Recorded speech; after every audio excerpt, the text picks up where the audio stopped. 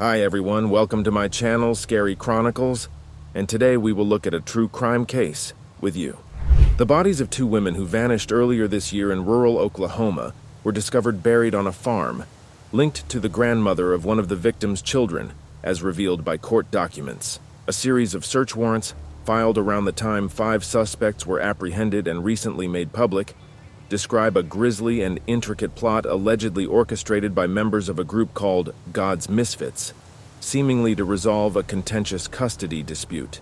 Veronica Butler, 27, and Jilian Kelley, 39, disappeared on March 30th in Texas County, a sparsely populated region of the Oklahoma Panhandle, where Butler intended to collect her daughter for a birthday celebration, according to court documents. She had driven from Kansas that day with Kelley, who was appointed to supervise the visit under a custody order.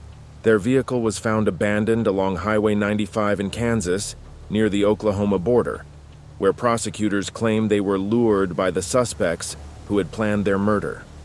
Authorities have not disclosed the precise cause of Butler and Kelley's deaths, but warrants noted evidence of a severe injury at the scene, with blood found on the road. Additionally, Butler's glasses, a broken hammer, and a pistol that may have been taken from Kelley's purse were discovered nearby. Investigators located Butler and Kelley's remains on April 13th.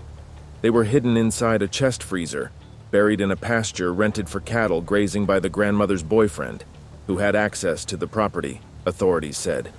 The freezer was buried in a hole filled with dirt and concrete, according to affidavits. The property owner informed authorities that his tenant, 43-year-old Tad Cullum, had asked on March 28th if he could cut a tree down, remove a stump, and bury some concrete in an area below the dam where a concrete pile had been sitting above ground. He said Cullum completed that project over the next day or so. Cullum was arrested along with 54-year-old Tifany Adams, his partner, and the grandmother of Butler's 3 children, who shared custody of the kids. Authorities stated that Adams's son and the children's father, Wrangler Rickman, was in a rehabilitation center in Oklahoma City at the time of the murders. While seeking full custody of Butler's children, Adams allegedly claimed that Butler had failed to protect them from a violent brother.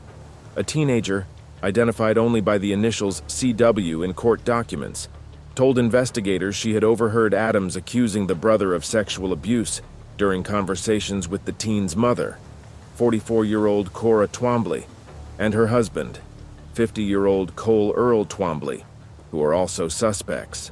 The teenager recounted that her mother had shared this information with her when Butler and Kelley were killed and had previously mentioned that she and Cole Twombly would be away from the house on a mission the morning of March 30th, according to the affidavits. The murders occurred after previous unsuccessful attempts to kill Butler near her home in Kansas, the teen said, adding that in at least one instance, Cora Twombly spoke openly about how the murder would be carried out. CW stated that Cora told her the plan to kill Butler in Kansas was to get in front of her while she was driving and to throw an anvil through her vehicle windshield, one affidavit read.